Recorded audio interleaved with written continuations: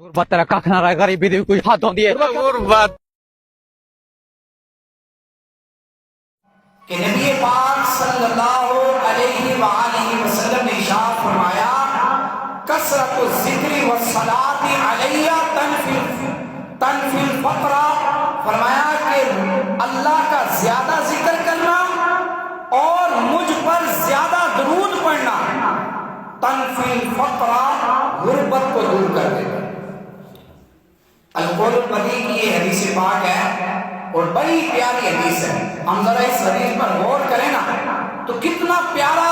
نبی پاک صلی اللہ علیہ وسلم نے وظیفہ دے دیا کہ اللہ کا زیادہ ذکر کرنا اور نبی پاک پر زیادہ درود پڑھنا،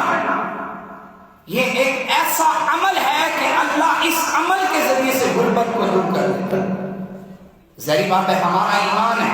ہمارا جتنا تعلق اللہ سے اور اللہ کے محبوب سے ہوگا، ہماری اتنی پریشانیاں مصیبتیں غربت ختم ہوگی، اور ہمارا جتنا تعلق دنیا داری سے ہوگا اتنی آزمائشیں پریشانیاں آئیں گی۔ اب ہماری مرضی ہے، ہم اپنا تعلق اللہ سے اور نبی پاک سے کرنا چاہتے ہیں، تو اگر اللہ اور اس کے نبی پاک صلی اللہ علیہ وسلم اللہ کے پیارے رسول سے کریں گے تو پھر اللہ پاک ہم پر رحمت بھی کرے گا اور ہماری غربت دور ہو جائے گی۔ اور اگر ہم دنیا داری سے کریں گے تو پھر آپ کو پتہ ہے دنیا داری کتنی ہے، تھوڑی دیر ہے، اس کے بعد سب کچھ ختم ہو جائے گا۔ آگے درود پاک کی کثرت کریں، رات کو دن کو شام کو درود پاک پڑھتے رہیں، ذکر کرتے رہیں، اللہ کا ذکر کرتے رہیں۔ انشاءاللہ پریشانی آتی ہے کہ خرچے پورے نہیں ہوتے، آپ یہ دو کام کر لیں گے اللہ پاک غربت کو دور کر دے گا۔